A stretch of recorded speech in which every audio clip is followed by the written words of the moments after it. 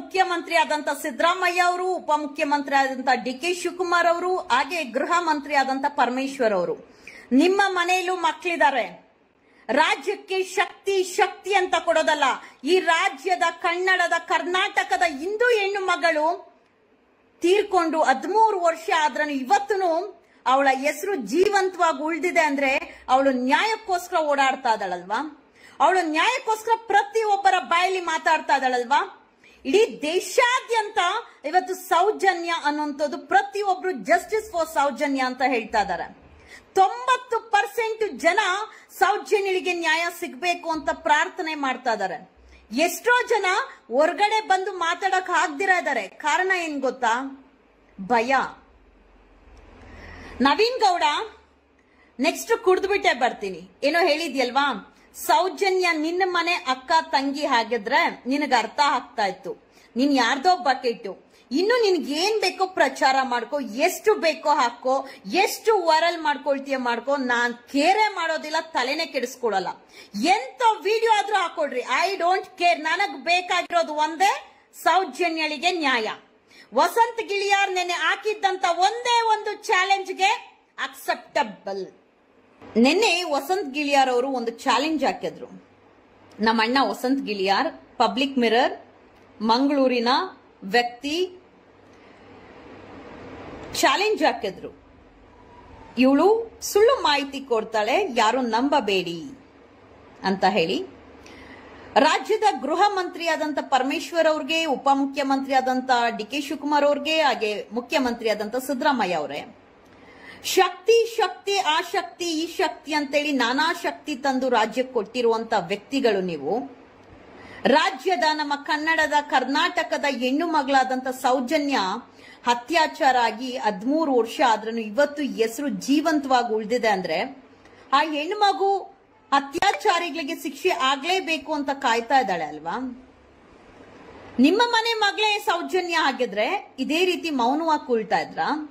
ದೇಶಾದ್ಯಂತ ಇವತ್ತು justice for Soujanya ಅಂತ ಕೇಳ್ತಾ ಇದ್ರೆ ಈ ರಾಜ್ಯ ಸರ್ಕಾರ ಬದುಕಿದ್ದು ಸತ್ತಂತೆ ಇದೆ. ಹಾಗೆ ಅಪೋಸಿಷನ್ ಪಾರ್ಟಿ ಇದ್ದಂತ ಸರ್ಕಾರದ ಬಿಜೆಪಿ ಸರ್ಕಾರ ಇದ್ದಂತ ಸಮಯದಲ್ಲೇ ಸೌಜನ್ಯ ಮೇಲೆ ಅತ್ಯಾಚಾರ ಕೊಲೆ ಆಗಿದ್ದು. ಆರೋಪಿಗೆ ಯಾರಂತ ಎಲ್ಲರಿಗೂ ಚೆನ್ನಾಗಿ ಗೊತ್ತಿದೆ. ಬಟ್ ಆರೋಪಿನ ಹೈಡ್ ಮಾಡುವಂತ ಕೆಲಸ ಮಾಡ್ತಾ ಇದ್ದಾರೆ. 2023 ಅಲ್ಲಿ ಜಡ್ಜ್ಮೆಂಟ್ ಬರುತ್ತೆ, ಸಂತೋಷ್ ರಾವ್ ನಿರಪರಾಧಿ ಅಂತ ಹೇಳಿ. ಜಡ್ಜ್ಮೆಂಟ್ ಬಂದಾದ್ಮೇಲೆ ಹೋರಾಟಗಳು ಶುರು ಆಗುತ್ತೆ. ಸಂತೋಷ್ ರಾವ್ ನಿರಪರಾಧಿ ಅಂತ ನಾವು ಅವತ್ತೇ ಹೇಳಿದ್ರಿ ಅಂತ ಹೇಳಿ ಹೋರಾಟ ಶುರು ಆದಂತ ಸಮಯದಲ್ಲಿ ಒಬ್ಬ ಹೊಸಕೋಟೆ ಜಯರಾಜ್ ಹೇಳ್ತಾನೆ, ಧರ್ಮಸ್ಥಳದ ವಿಚಾರಕ್ಕೆ ಬಂದ್ರೆ ನಮ್ಮ ಧರ್ಮಾಧಿಕಾರಿಗಳ ವಿಚಾರಕ್ಕೆ ಬಂದ್ರೆ ಎದೆ ಸೀಳಿ ಬಿಡ್ತೀನಿ ಅಪ್ಪನ ಗುಟ್ಟಿದ್ರೆ ಅಂತ ಕಿರ್ಚುವಂತ ಸಮಯದಲ್ಲಿ ನನ್ನ ವಿಡಿಯೋ ವೈರಲ್ ಆಗುತ್ತೆ. ನನ್ನ ವಿಡಿಯೋ ವೈರಲ್ ಆದಂತ ಸಮಯದಲ್ಲಿ ತುಂಬಾ ಜನ ನಮಗೂ ಧಮಕಿ ಬರುತ್ತೆ, ಇದ್ರ ಬಗ್ಗೆ ಮಾತಾಡಬಾರ್ದು ಎಲ್ಲ ಅಂತ ಹೇಳಿ. ಆದ್ರೆ ಯಾವಾಗ ಕೆಲವೊಂದು ಯೂಟ್ಯೂಬ್ ಅಲ್ಲಿ ಚಾನೆಲ್ಸ್ ಅಲ್ಲಿ ಪ್ರಸಾರ ಆಗೋದು ಶುರು ಆಗತ್ತೆ, ಇದೇ ವಸಂತ್ ಗಿಳಿಯಾರ್ ಅಂಡ್ ಟೀಮ್ ಪ್ರತಿಯೊಬ್ಬ ಯೂಟ್ಯೂಬರ್ಸ್ನು ಚಾನೆಲ್ ಅವ್ರನ್ನ ಕೊಂಡ್ಕೊಳ್ಳುವಂತ ಕೆಲಸ ಮಾಡ್ತಾರೆ. ಇದೇ ವಸಂತ್ ಗಿಳಿಯಾರ್ ಅಂಡ್ ಟೀಮ್ ಮಂಗಳೂರಿನ ಸೈ ಪ್ಯಾಲೇಸ್ ಹೋಟೆಲ್ ಅಲ್ಲಿ ಅಟ್ರಾಸಿಟಿ ಕೇಸ್ ಬುಕ್ ಮಾಡೋದಕ್ಕೆ 3 ದಿವಸ ನಿರಂತರ ಚರ್ಚೆ ನಡೆಯುತ್ತೆ. ಇದೇ ವಸಂತ್ ಗಿಳಿಯಾರ್ ಅಂಡ್ ಟೀಮ್ ಮಂಗಳೂರಿನ ಡಿಸಿಪಿ ಆಫೀಸ್ ಬಳಿ 3-4 ಕಾರ್ ಹೋಗುತ್ತೆ, ಸೈಡ್ ಅಲ್ಲಿ ನಿಂತಿರ್ತಾರೆ. ಆ ಮಹಿಳೆ ಕೈಲಿ ದುಡ್ಡು ಕೊಟ್ಟಿ ಆ ಮಹಿಳೆ ಜೊತೆ 3 ಜನ ಮಕ್ಕಳನ್ನ ಕಳಿಸಿ ಅಟ್ರಾಸಿಟಿ ಕೇಸ್ ದಾಖಲು ಮಾಡಕ್ ಕಳಿಸ್ತಾರೆ. ಇದೇ Vasanth Giliyar and team Kirik Keerthi, power TV, ಈಗ RTV, ಕೆಲವೊಂದು ಯೂಟ್ಯೂಬ್ ಚಾನೆಲ್ ಅಂಡ್ ಈಗ ಹಿಂದುತ್ವದ ಹೆಸರಲ್ಲಿ ಏಕೊಂಡು ಮುಂದೆ ಬರ್ತಾ ಇರುವಂತ ಪುನೀತ್ ಕೆರೆಹಳ್ಳಿ ಅಂಡ್ ಚಕ್ರವರ್ತಿ ಎಲ್ಲರ ದಾಖಲೆ ನಾನ್ ಕೊಡ್ತೀನಿ. 50% ಕೆಲಸ ನಾನ್ ಮಾಡಿರ್ತೀನಿ, ಇನ್ 50% ಕೆಲಸ ಈ ರಾಜ್ಯದ ಸರ್ಕಾರ ಆದಂತ ಗೃಹ ಮಂತ್ರಿ ಗೃಹ ಇಲಾಖೆ ಮಾಡ್ಲಿ. ಯಾವನೋ ಸ್ಟೇ ತಗೊಂಡ್ಬರ್ತಾನೆ, ಇಂಜೆಕ್ಷನ್ ಆರ್ಡರ್ ತಗೊಂಡ್ ಬಂದಿದ ತಕ್ಷಣ ಹೋರಾಟ ಮಾಡಬೇಡಿ ಅಂತ ನಿಲ್ಲಿಸುವಂತ ಪೊಲೀಸ್ ಅಧಿಕಾರಿಗಳೇ ಅದೇ ಹೈಕೋರ್ಟ್ ಜಡ್ಜ್ಮೆಂಟ್ ಕೊಟ್ಟಿದೆ. ಯಾವ ಕೇಸಿನ ತನಿಖಾ ಅಧಿಕಾರಿಗಳಿದ್ದಾರೆ, ಸೌಜನ್ಯ ಕೇಸ್ನ ತನಿಖಾ ಅಧಿಕಾರಿಗಳು, ಅರಿಂಗ್ ಅಫಿಷಿಯಲ್ಸ್, ಅವ್ರನ್ನ ತನಿಖೆ ಮಾಡಿ ಕಮಿಟಿ ಫಾರ್ಮ್ ಮಾಡಿ ಅಂತ ಹೇಳಿ ಇದುವರೆಗೂ ಮಾಡಿಲ್ಲ. ಯಾಕೆ ಮಾಡಿಲ್ಲ ಸರ್ಕಾರ? ಯಾಕೆ ಇದ್ರ ಬಗ್ಗೆ ಧ್ವನಿ ಎತ್ತಿಲ್ಲ? ಸೌಜನ್ಯ ಏನ್ ಡಿ ಕೆ ಶಿವಕುಮಾರ್ ಮಗಳಲ್ವಲ್ಲ, ಕ್ಯಾಸ್ಟ್ ಒಂದೇ ಆಗಿರ್ಬೋದು. ಡಿ ಕೆ ಶಿವಕುಮಾರ್ ಮಗಳಲ್ಲ ಸೌಜನ್ಯ, ಅಥವಾ ಸಿದ್ದರಾಮಯ್ಯ ಅವ್ರ ಮಗಳಲ್ಲ, ಇಲ್ಲ ಯಡಿಯೂರಪ್ಪನ ಮಗಳು ಅಲ್ಲ, ಕುಮಾರಸ್ವಾಮಿ ಮಗಳಂತೂ ಅಲ್ವೇ ಅಲ್ಲ, ಇಲ್ಲ ದೇವೇಗೌಡವ್ರ ಮೊಮ್ಮಗಳು ಅಲ್ಲ, ಯಾರೂ ಬೇಡ ನಮ್ಮ ದೇಶದ ಪ್ರಧಾನ ಮಂತ್ರಿಯವರ ಮೊಮ್ಮಗಳು ಅಲ್ವೇ ಅಲ್ಲ ಸೌಜನ್ಯ. ಬಡ ಹೆಣ್ಣು ಮಗಳು, ಇನ್ನು ಪ್ರಪಂಚನೇ ನೋಡಿರ್ಲಿಲ್ಲ. ನಡ್ಕೊಂಡು ಹೋಗ್ತಾ ಇದ್ದಂತ ಹೆಣ್ಣು ಮಕ್ಕಳನ್ನ ಇಸುಕಿ ಒಸಕಿ ಸಾಯಿಸಿದಂತ ಅತ್ಯಾಚಾರಿಗಳಿಗೆ ಶಿಕ್ಷೆ ಆಗ್ಲೇಬೇಕು ಅಲ್ವಾ? ಆ ಅತ್ಯಾಚಾರಿಗಳನ್ನ ಮುಚ್ಚಿಡ್ತಾ ಇರೋರ್ಗೂ ಶಿಕ್ಷೆ ಆಗ್ಲೇಬೇಕಲ್ವಾ? ವಸಂತ್ ಗಿಳಿಯಾರ್ ಹೇಳಿದೆ, ತನಿಖೆ ನಡೀಲಿ, ಆರೋಪಿ ಯಾರಿದ್ದಾರೋ ನಡೀಲಿ, ಅದು ಧರ್ಮಸ್ಥಳದವರೇ ಆಗಿರ್ಲಿ, ಅವ್ರ ಮೇಲೇನು ತನಿಖೆ ನಡೀಲಿ ಅಂತ ನೀನೇ ಹೇಳಿದೆ. ಹಾಗಾದ್ರೆ ಯಾಕೆ ಸುಳ್ಳು ಕೇಸುಗಳನ್ನ ಹಾಕಕ್ಕೆ ದುಡ್ಡು ಕೊಡ್ತಾ ಇದೀಯಾ? ಯಾವ ಹೋಟೆಲ್ ಅಲ್ಲಿ ಮೀಟಿಂಗ್ ಇಟ್ಟಿದ್ಯಾ? ಈಗ ನಿಂದು ಪುನೀತ್ ಕೆರೆಹಳ್ಳಿ ಚಕ್ರವರ್ತಿದು ಪ್ರತಿ ಒಬ್ಬರದು ಎಲ್ಲಾ ಪ್ರೂಫ್ ನಾನು ಕೊಡ್ತೀನಿ. ಪ್ರತಿ ಒಂದು ಪ್ರೂಫ್ ಪೊಲೀಸ್ ಇಲಾಖೆಗೆ ನಾನು ಕೊಡ್ತೀನಿ. ತನಿಖೆ ನಡೆಸಿ ಸೂಕ್ತವಾದಂತ ಕ್ರಮ ತಗೊಳ್ಳೇಬೇಕು. ಇದಕ್ಕೆ ನಾನು ನಾಳೆಯಿಂದ ನಿರಂತರ ಹೋರಾಟ ಮಾಡ್ತೀನಿ. ನಾನೇ ದಾಖಲೆ ಕೊಡ್ತೀನಿ. ಯಾವ್ದೋ ಮೀಡಿಯಾಗ ಹೋಗಿ ಎಲ್ಲೋ ಒಂದು ದಾಖಲೆ ಕೊಟ್ಟು ಸುಮ್ಮನೆ ಇರೋಂಥದ್ದಲ್ಲ. ಯಾವ ಬ್ಯಾಂಕ್ ಇಂದ, ಯಾವ ಕ್ಯಾಶ್, ಯಾವ ಹೋಟೆಲ್, ಎಲ್ಲೆಲ್ಲಿ ಏನೇನ್ ನಡೀತಾ ಇದೆ, ನಿಮ್ಮ ಚರ್ಚೆ ಏನು, ನಿಮ್ಮ ಕಾಲ್ ರೆಕಾರ್ಡ್ಸ್ ಏನು, ಪ್ರತಿ ಒಂದು ನಾನೇ ದಾಖಲೆ ಪೊಲೀಸ್ ಅವ್ರು ಮಾಡ್ದಿರೋಂತ ಕೆಲಸ ನಾನ್ ಮಾಡಿ ಕೊಡ್ತೀನಿ. ತನಿಖೆ ಮಾಡಿ. ಯಾವ ಯೂಟ್ಯೂಬರ್ಸ್, ಯಾವ ಮೀಡಿಯಾ, ಕೆಲವೊಂದು ಚಾನೆಲ್ಸು ಸೌಜನ್ಯಳ ಎಣದಲ್ಲಿ ಹಣ ಮಾಡ್ತಾ ಇದಿರಲ್ಲ, ಖಂಡಿತ ನೀವು ಸರ್ವನಾಶ ಆಗ್ತೀರಾ. ಡೆಫಿನೆಟ್ಲಿ ನೀವು ಸರ್ವನಾಶ ಆಗ್ತೀರಾ. ಯಾವುದೇ ಕಾರಣಕ್ಕೂ ನೀವು ಉದ್ಧಾರ ಆಗೋದಿಲ್ಲ. ಉದ್ಧಾರ ಆಗಕ್ ಚಾನ್ಸೇ ಇಲ್ಲ. ನನ್ನ ಮೇಲೆ ನಾನಾ ಆರೋಪ ಮಾಡಿ, ನಾನಾ ತರ ಕೆಟ್ಟ ಕೆಟ್ಟ ಅಪಪ್ರಚಾರ ಮಾಡಿ, ಕೆಟ್ಟದಾಗಿ ನಿಂದನೆ ಮಾಡಿ, ಎಷ್ಟೇ ನೀವು ನನ್ನ ಬಗ್ಗೆ ಕೆಟ್ಟದಾಗಿ ಪ್ರಚಾರ ಮಾಡಿದ್ರೇನು ನಾನು ಯಾವುದಕ್ಕೂ ಕುಗ್ಗುವ ಹೆಣ್ಮಗಳು ಅಲ್ಲ, ಜಗ್ಗುವ ಹೆಣ್ಮಗಳು ಅಲ್ಲ. ನೇರ ನುಡಿ, ಡೈರೆಕ್ಟ್ ಫೈಟ್. 10 ಜನನ ನಾಯಿ ನರಿಗಳನ್ನೆಲ್ಲ ಇಟ್ಕೊಂಡು ಹೋಗೋಳಲ್ಲ. ಆದ್ರೆ ಯಾವ ಪುನೀತ್ ಕೆರೆಹಳ್ಳಿ, ಯಾವ ಚಕ್ರವರ್ತಿ, ಯಾವ ವಸಂತ್ ಗಿಳಿಯಾರ್ ಅಂಡ್ ಟೀಮ್ ಉಜ್ರೆ ಬೆಳ್ತಂಗಡಿಗೆ ಬರ್ತಾರೆ ಸೌಜನ್ಯ ವಿಚಾರದಲ್ಲಿ ಧ್ವನಿ ಎತ್ತೋದಕ್ಕೆ ಇಷ್ಟು ದಿವಸ, ಇಷ್ಟು ವರ್ಷ ಬೇಕಾಗಿತ್ತೇನ್ರೋ ನಿಮ್ಗೆ? ಹಿಂದುತ್ವದ ಹೆಸರಲ್ಲಿ ಮೂಕ ಪ್ರಾಣಿಗಳನ್ನ, ಎಲ್ಲೋ ಹೋಗ್ತಾ ಇರುವಂತ ಮೂಕ ಪ್ರಾಣಿಗಳನ್ನ ಹಿಡಿಯುವಂತ ಪುನೀತ್ ಕೆರೆಹಳ್ಳಿ ಅದೇ ಒಂದು ಬಾಯಿ ಬಿಟ್ಟು ಮಾತಾಡುವಂತ ಹೆಣ್ಣು ಮಗಳನ್ನ ಬಾಯಿ ಮುಚ್ಚಿ ಎತ್ಕೊಳ್ಳೋಕೆ ಕಟ್ಟಾಕಿ ಅತ್ಯಾಚಾರ ಮಾಡಿ ಬಿಸಾಕದ್ರಲ್ಲ, ನಿನಗ್ ಕರುಳ್ ಚುರುಕ್ ಅನ್ಸ್ತಾ ಇಲ್ವಾ? ಆ ಹೆಣ್ಣು ಮಗಳ ಬಗ್ಗೆ ಧ್ವನಿ ಎತ್ತಬೇಕು ಅನ್ಸ್ತಾ ಇಲ್ವಾ? ಇಷ್ಟು ವರ್ಷದ ಹೋರಾಟದಲ್ಲಿ ನಿನ್ನ ಬಾಯಲ್ಲಿ ಸೌಜನ್ಯ ಅನ್ನೋದೇ ಬಂದಿಲ್ವಾ? ಸೌಜನ್ಯಳ ಬಗ್ಗೆ ಮಾತಾಡೋದಕ್ಕೆ, ಮಹೇಶ್ ತಿಮ್ಮಾರೆಡ್ಡಿ ಅವರ ವಿರುದ್ಧ ಮಾತಾಡೋದಕ್ಕೆ ದುಡ್ಡಿಗೆ ಡಿಮ್ಯಾಂಡ್ ಮಾಡಿ ದುಡ್ಡು ತಗೊಳ್ತಾ ಇದಿರಲ್ಲ, ನಾಚಿಕೆ ಆಗಲ್ವಾ ನಿಮ್ಮ ಜನ್ಮಕ್ಕೆ? ಇದನ್ನ ಈ ರಾಜ್ಯದ ಗೃಹ ಮಂತ್ರಿ ನಿಜವಾಗ್ಲೂ ನಿಮಗೆ ಹೆಣ್ಣಿನ ಬೆಲೆ ಗೊತ್ತಿದ್ರೆ, ನೀವು ನಿಜವಾಗ್ಲೂ ಈ ದೇಶಕ್ಕೆ ಹೆಣ್ಣಿಗೆ ಗೌರವ ಕೊಡೋದೇ ಆಗಿದ್ರೆ, ನಾನು ಕೊಡುವಂತ ದೂರು ದಾಖಲೆ ಮಾಡ್ಲೇಬೇಕು. ತಗೊಳ್ತೀರಾ, ನಾನ್ ಮಾಡೇ ಮಾಡ್ತೀನಿ. ಬಟ್ ರಾಜ್ಯದ ಜನರಿಗೆ ಕಾಣದ ಕೈಗಳ ಕೈವಾಡ ನಾನು ತೋರಿಸ್ತೀನಿ. ಅದ್ ಎಂತೋದೇ ಬರ್ಲಿ, ಏನೇ ಬರ್ಲಿ, ನಮಗ್ ಯಾವ ಪೊಲೀಸ್ ಪ್ರೊಟೆಕ್ಷನ್ ಅವಶ್ಯಕತೆ ಇಲ್ಲ, ಯಾರ ಬೆಂಬಲನೂ ಅವಶ್ಯಕತೆ ಇಲ್ಲ. ನಮ್ಮ ಹತ್ರ ಸತ್ಯ ಇದೆ. ಸತ್ಯಕ್ಕೆ ಎದುರುವಂತ ಹೆಣ್ಣು ಮಗಳಲ್ಲ. ನಾಳೆ ದಿವಸ ಪ್ರತಿ ಒಂದು ಹೆಣ್ಣು ಮಗಳು ಅವರ ಗಂಡನಿಂದ ಮೋಸ ಆಗ್ಲಿ, ಅಣ್ಣ ತಮ್ಮಯಿಂದ ಮೋಸ ಆಗ್ಲಿ, ಇಲ್ಲ ಯಾರಿಂದ ಆದ್ರೂ ಮೋಸ ಆಗ್ಲಿ, 4 ಗೋಡೆ ಇರುವಂತ ಹೆಣ್ಣು ಮಕ್ಕಳು ಹೊರಗಡೆ ಬರ್ಬೇಕು ಧ್ವನಿ ಎತ್ತಿ. ಮೋಸ ಆಗಿರುವಂತ ಹೆಣ್ಮಕ್ಳು, ಇದು ಮೆನ್ ಡಾಮಿನೇಟೆಡ್ ಸೊಸೈಟಿ ಆಗಿ ನಿಂತಿದೆ. ಹೆಣ್ಮಕ್ಳು ಇವತ್ತು ಮಾತಾಡಕ್ ಹೊರಗಡೆ ಬರೋಷ್ಟ್ರಲ್ಲಿ ಅವರ ಪರ್ಸನಲ್ ವಿಚಾರ ಮಾತಾಡುವಂಥದ್ದು, ಅವ್ರನ್ನ ತೇಜೋವಧೆ ಮಾಡುವಂಥದ್ದು, ಅವ್ರನ್ನ ಮಾನ ನಿಮ್ಮ ಎಷ್ಟು ಮಾಡ್ತೀರಾ? ಅವನ್ ಯಾವನ ಬಿಟ್ಟಿದ್ದಂತ ವಿಡಿಯೋನ ತಗೊಂಡು ನಿನ್ನೆ ಮೊನ್ನೆ ವೈರಲ್ ಮಾಡಿದ್ರಿ, ಕೇಸ್ ವಿಚಾರ ಹಾಕಿದ್ರಿ, ಇನ್ನೇನ್ ಮಾಡ್ತೀರಾ? ಇನ್ನೂ ನಿಮ್ಗೆ ಅಷ್ಟೊಂದು ತೇವಲಿತ್ತಂದ್ರೆ ಇನ್ನೂ ವಿಡಿಯೋ ಬೇಕಾ, ಇನ್ನೂ ಫೋಟೋಸ್ ಬೇಕಾ? ನಾನೇ ಕೊಡ್ತೀನಿ, ಹಾಕೊಳ್ಳಿ. ಬಟ್ ಸೌಜನ್ಯಳ ವಿಚಾರದಲ್ಲಿ ಮೌನವಾಗಿರುವಂತ ಹೆಣ್ಣು ಮಗಳೇ ನಾನು ಅಲ್ಲ. ಸೌಜನ್ಯ ವಿಚಾರದಲ್ಲಿ ಯಾವ ಯೂಟ್ಯೂಬರ್ಸ್ ದುಡ್ಡು ತಗೊಂಡ್ರು, ಯಾವ ವಸಂತ್ ಗಿಳಿಯಾರ್ ಎಲ್ಲಿ ಕೊಟ್ಟ, ಇವತ್ತೇನು ಡೀಲಿಂಗ್ ನಡೀತಾ ಇದೆ, ಪುನೀತ್ ಕೆರೆಹಳ್ಳಿ, ಚಕ್ರವರ್ತಿ, ನೀವು 3 ಜನ ಬನ್ನಿ. ವಸಂತ್ ಗಿಳಿಯಾರ್, ಪುನೀತ್ ಕೆರೆಹಳ್ಳಿ, ಚಕ್ರವರ್ತಿ. ನಾನು ಒಬ್ಳೇ ಬರ್ತೀನಿ. ನಿಮ್ಮ ತಾಕತ್ತಿದ್ರೆ ಫೇಸ್ ಮಾಡಿ ಸಾಕು. ನಾನು ಒಬ್ಳೇ ಬರ್ತೀನಿ. ಏನಕ್ಕೆ? ಚರ್ಚೆ ಮಾಡೋದಕ್ಕೆ, ರೌಡಿಸಂ ಮಾಡೋದಕ್ಕಲ್ಲ. ಈ ನಾಡು ನುಡಿ ಭಾಷೆಗೋಸ್ಕರನೇ ಹೋರಾಟ ಮಾಡ್ತೀನಿ ಅನ್ನೋರು ಈ ನಾಡಿನ ದೇವತೆನೂ ಹೆಣ್ಣು, ಈ ಭೂಮಿ ತಾಯಿನೂ ಹೆಣ್ಣು, ನಮ್ಮ ಕರ್ನಾಟಕ ಮಾತೆನೂ ಹೆಣ್ಣು. ಆದ್ರೆ ಹೆಣ್ಣನ್ನ ಏನ್ ಮಾಡ್ತಾ ಇದ್ದೀರಾ? ಬಳಸ್ಕೊಂಡು ಬಿಸಾಕ್ತಾ ಇದ್ದೀರಾ. ಹೆಣ್ಣು ಮಕ್ಕಳನ್ನ ಅತ್ಯಾಚಾರ ಮಾಡಿ ಬಿಸಾಕ್ತಾ ಇದ್ದೀರಾ. ಮಾತಾಡ್ದಿರಾ ಮೌನವಾಗಿರುವಂತ ಹೆಣ್ಣು ನಾನಂತೂ ಅಲ್ಲ. ಕೆಲವ್ರಿಗೆ ಅನ್ಸ್ಬೋದು ನಾನು ಕೆಟ್ಟವಳು ಅಂತ, ಹಾಗಂತ ಅವರ ಕ್ಯಾರೆಕ್ಟರ್ ಸರ್ಟಿಫಿಕೇಟ್ ನನಗೆ ಅವಶ್ಯಕತೆ ಇಲ್ಲ. ವಸಂತ್ ಗಿಳಿಯಾರ್, ನೀನೇ ಹೇಳಿದ್ಯಾ, ನನ್ನ ಅಣ್ಣ ವಸಂತ್ ಗಿಳಿಯಾರ್ ನನಗೆ ತುಂಬಾ ಪ್ರಾಣ ಕೊಡುವಂತ ಅಣ್ಣ ವಸಂತ್ ಗಿಳಿಯಾರ್, ಹಾಗೆ ಪುನೀತ್ ಕೆರೆಳ್ಳಿ ಚಕ್ರವರ್ತಿ, ಈ 3 ಜನ ಅಣ್ಣಂದ್ರನ್ನ ನಾನು ಭೇಟಿ ಮಾಡ್ಲೇಬೇಕು. ನಿಮ್ಮ ಹತ್ರ ನಾನು ಚರ್ಚೆಗೆ ಮಾಡ್ಲೇಬೇಕು. ನಾನು ಕೊಡುವಂತ ದಾಖಲೆ ನೀವು ನೋಡ್ಲೇಬೇಕು. ನಿಮ್ಮ ಬಣ್ಣ, ನಿಮ್ಮ ರಿಯಲ್ ಫೇಸ್, ನಿಮ್ಮ ಅವತಾರಗಳು, ನಿಮ್ಮ ನಡವಳಿಕೆಗಳು, ನೀವು ಮಾಡಿರುವಂತ ಕೆಟ್ಟ ಕೆಲಸಗಳು, ಸೌಜನ್ಯ ಹೆಸರಲ್ಲಿ ಏನ್ ಮಾಡಕ್ ಹೊರಟಿದ್ದೀರಾ? ಸೌಜನ್ಯ ಒಂದು ಶಕ್ತಿ ಹೇಳ್ತಾ ಇದೆನ್ ಕೇಳಿ. ಎಲ್ಲೋ ಇರೋಳು ನಾನ್ ಬೆಂಗಳೂರಲ್ಲಿ, ಅವಳೆಲ್ಲೋ ಇರೋದು ಮಂಗಳೂರಲ್ಲಿ, ನನಗೆ ದಾಖಲೆ ಸಿಗುತ್ತೆ, ನನ್ನ ಕೈಗೆ ಸೇರುತ್ತೆ ಅಂದ್ರೆ ಸೌಜನ್ಯಳ ಶಕ್ತಿ ಇದೆ ಅಲ್ವಾ? ಯಾರು ಮಾತಾಡ್ತಾರೋ ಅವ್ರ ಹತ್ರ ಸೌಜನ್ಯ ಶಕ್ತಿ, ಮಂಜುನಾಥ ಸ್ವಾಮಿ ಶಕ್ತಿ ಇದೆ. ಯಾರ್ಯಾರ ಬಣ್ಣ, ವೈಯಕ್ತಿಕ ವಿಚಾರ ಎಲ್ಲ ಬಿಟ್ಟು ನಾನೇ ಪೊಲೀಸ್ ಅವ್ರಿಗೆ ಮನವಿ ಮಾಡ್ತೀನಿ, ಈ ರಾಜ್ಯದ ಗೃಹ ಮಂತ್ರಿ ಅವರು ತನಿಖೆ ಮಾಡ್ಲೇಬೇಕು. ಸೌಜನ್ಯಳ ಅತ್ಯಾಚಾರ ಕೊಲೆ ಪ್ರಕರಣ ದೇಶಾದ್ಯಂತ ವೈರಲ್ ಆದ್ರೇನು ಮೌನವಾಗಿ ಕೂತಿದಿರಲ್ಲ, ನೀವು ಮನುಷ್ಯರೇನ್ರಿ ನೀವು? ಬೇರೆ ಯಾವ್ದಾದ್ರು ಒಂದು ವೈರಲ್ ಆಯ್ತಂದ್ರೆ ಸೋಷಿಯಲ್ ಮೀಡಿಯಾದಲ್ಲಿ ಇಮಿಡಿಯೇಟ್ ಅರೆಸ್ಟ್ ಮಾಡಿ ಇಮಿಡಿಯೇಟ್ ಪನಿಷ್ಮೆಂಟ್ ಕೊಡೋರು. ಕಾನೂನು ನಮ್ಮ ರಾಜ್ಯದಲ್ಲಿ ಸರಿಲ್ಲ, ನಮ್ಮ ದೇಶದಲ್ಲಿ ಕಾನೂನು ಸರಿಯಿಲ್ಲ. ಹೊರ ದೇಶದಲ್ಲಿ ಇದ್ದಂಗೆ ಕಾನೂನು ಇದ್ದಿದ್ರೆ ರೋಡಲ್ಲೇ ಅಗ್ಲಲ್ಲೇ ರೇಪಿಸ್ಟ್ಗಳಿಗೆ ಶೂಟ್ ಔಟ್ ಮಾಡ್ತಾರೆ. ನಮ್ಮಲ್ಲಿ ಯಾಕೆ ಹೇಳಿ?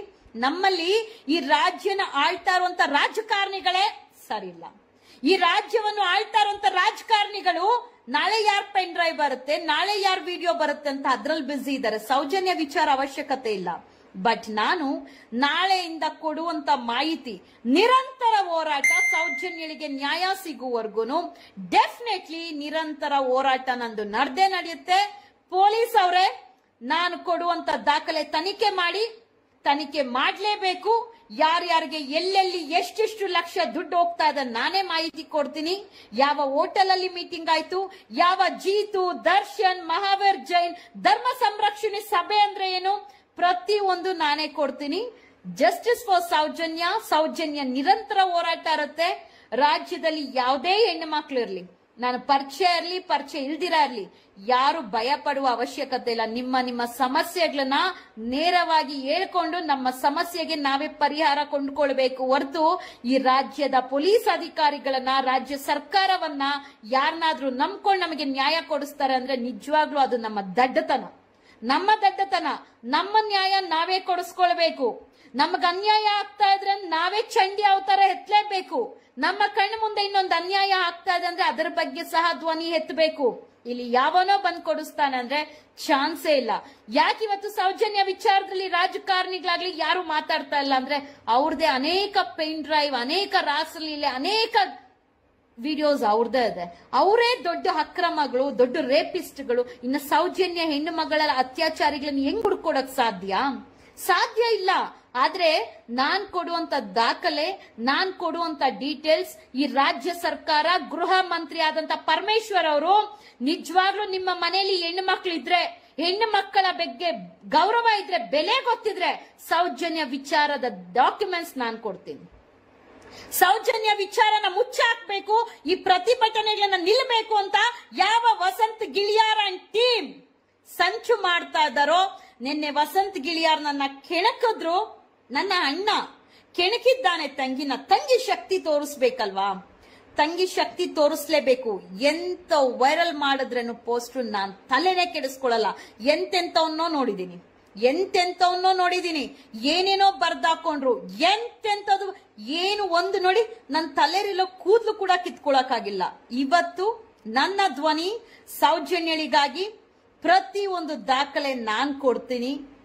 ಏನೇನು ಅಕ್ರಮ, ಸುಳ್ಳು, ಮೋಸ, ಇವರು ವಂಚನೆ. ಪುನೀತ್ ಕೆರೆಳ್ಳಿ ಚಕ್ರವರ್ತಿ, ಅವತ್ ಹೇಳಿದ ದಿವ್ಸನೇ ನೀವು ಉಜ್ರೆ ಬೆಳ್ತಂಗಡಿಗೆ ಬಂದಿದ್ರೆ ನೀವು ನಿಜವಾದ ಹೋರಾಟಗಾರರು, ನಿಜವಾದ ಯುವಕರು, ಶಕ್ತಿಶಾಲಿ ಯುವಕರು. ಪ್ಲಾನ್ ಮಾಡಿ ಸಂಚು ಮಾಡಿ ಸೂಟ್ ಕೇಸ್ ಬಂದಾದ್ಮೇಲೆ ನಿಮ್ಮ ದಿನಾಂಕ ನಿಗದಿ ಪಡಿಸಿ ಮಹೇಶ್ ತಿಮ್ಮಾರೆಡ್ಡಿ ವಿರುದ್ಧ ಎಷ್ಟು ಜನ ಎತ್ತು ಬಿಡ್ತಾ ಇದ್ದಾರೆ. ಧರ್ಮಸ್ಥಳದಲ್ಲಿ ಆಗುವಂತ ಕೇಸಸ್ಗೆಲ್ಲ ಸಾಕ್ಷಿ ನಾಶ ಯಾಕೆ ಆಗ್ತಾ ಇದೆ?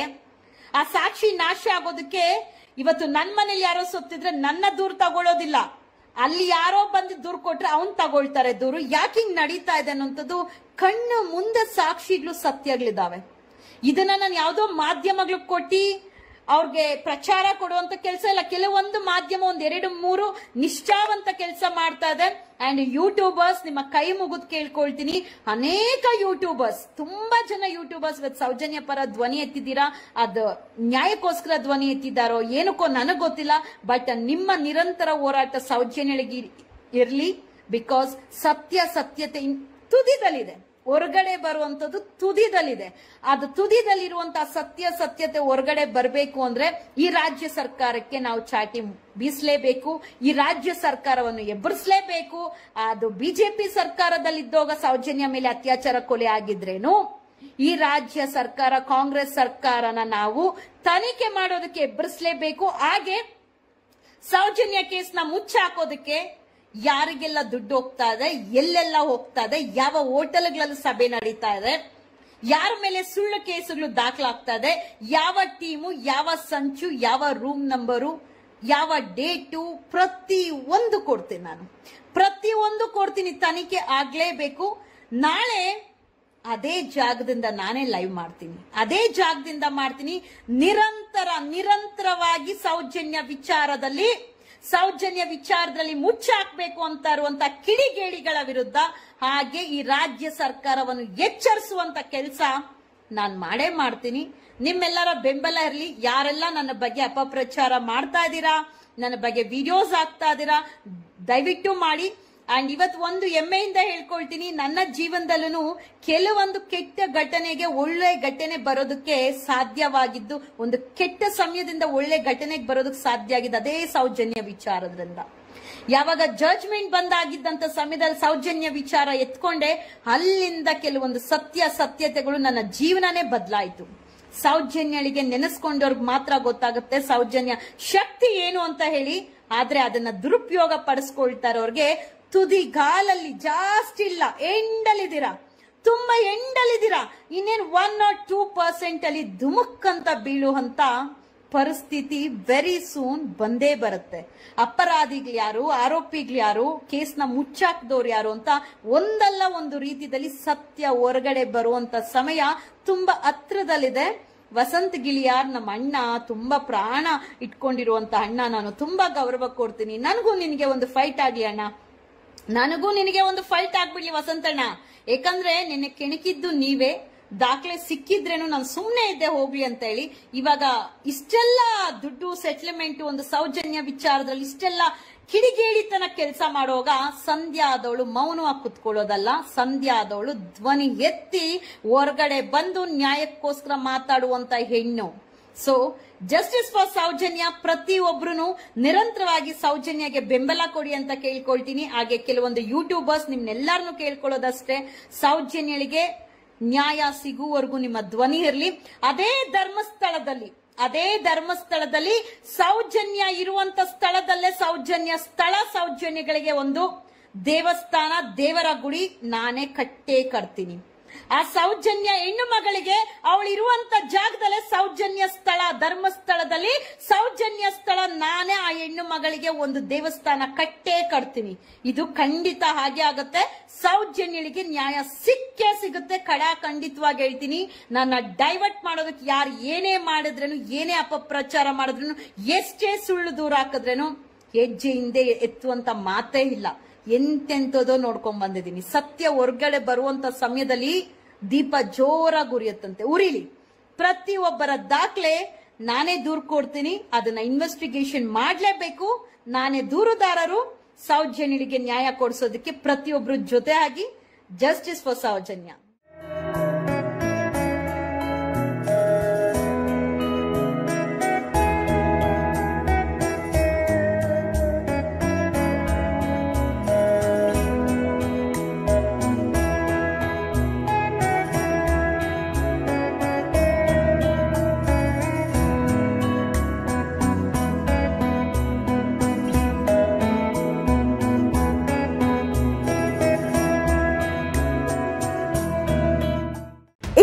ನೈಜ ಕುತೂಹಲ ಭರಿತ ಸುದ್ದಿಗಳು ನಿಮಗೆ ಸಿಗಬೇಕಂದ್ರೆ ರಾಜ್ಯದ ಪ್ರತಿಷ್ಠಿತ ಜನಪರ ಡಿಜಿಟಲ್ ಸುದ್ದಿ ಮಾಧ್ಯಮ ಪಬ್ಲಿಕ್ ಇಂಪ್ಯಾಕ್ಟ್ ಚಾನೆಲ್ ಅನ್ನು ಯೂಟ್ಯೂಬ್ನಲ್ಲಿ ಸಬ್ಸ್ಕ್ರೈಬ್ ಮಾಡ್ಕೊಳ್ಳಿ.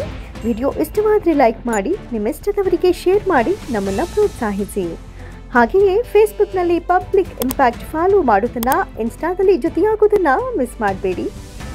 ಜಾಹೀರಾತು ಹಾಗೂ ಬಿಸ್ನೆಸ್ ಪ್ರಮೋಷನ್ಗಾಗಿ ಸಂಪರ್ಕಿಸಿ 9606037450 ಅಥವಾ 9353224116. ಇದು ಪಬ್ಲಿಕ್ ಇಂಪ್ಯಾಕ್ಟ್, ಜನಶಕ್ತಿಯೇ ನಿರ್ಣಾಯಕ.